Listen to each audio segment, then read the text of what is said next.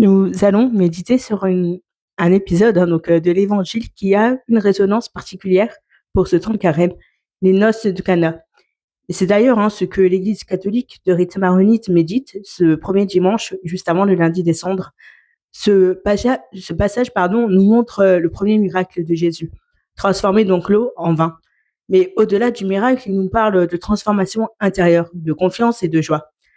Et justement, si ce carême, nous laissons Dieu transformer notre vie comme il a transformé l'eau en vin, Jésus, invité à un mariage donc à Cana avec sa mère Marie, le vin vient manquer, un problème qui pourrait gâcher la fête. Comme l'eau se transforme en vin, nos vies aussi peuvent être transformées si nous accueillons la grâce de Dieu. Marie remarque donc ce manque de vin et interpelle Jésus. Jésus répond, mais réalise ensuite le miracle. Les serviteurs obéissent et remplissent donc les jarres d'eau. L'eau devient le meilleur vin, révélant la gloire de Jésus. Mariage à Cana, c'est une fête, famille, communauté. Le vin, dans la culture juive, est le symbole de joie, d'abondance et de bénédiction. Les jarres d'eau utilisés pour les purifications rituelles symbolisent tout simplement nos routines, nos habitudes et parfois nos manques. L'eau devient vin. Dieu prend notre vie ordinaire et peut la remplir de joie et de sens. L'eau, le quotidien, notre routine, notre vide, le vin, la joie, la plénitude. Vie transformée. Notre jeûne, nos efforts, nos prières sont finalement des jarres d'eau que Dieu peut transformer en bénédiction. Marie voit le problème et dit aux serviteurs, faites ce qu'il vous dira. Le carême nous invite à cette confiance, faire ce que Jésus nous demande, même si nous ne voyons pas encore le résultat.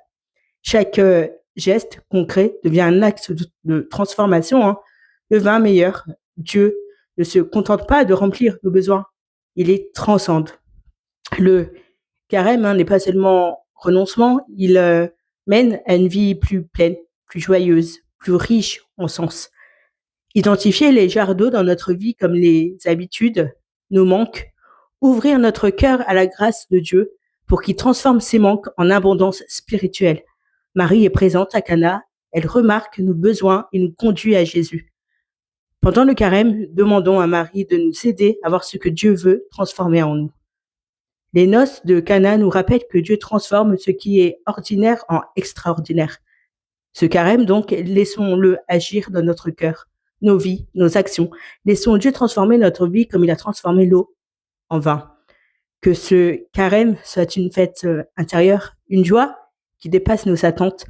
Seigneur Jésus, transforme notre vie comme tu as transformé l'eau en vin. Aide-nous à accueillir tes gestes, à suivre Marie, à faire confiance en ton amour. Que ce carême soit pour nous un chemin de conversion et de joie et aussi de partage. Amen.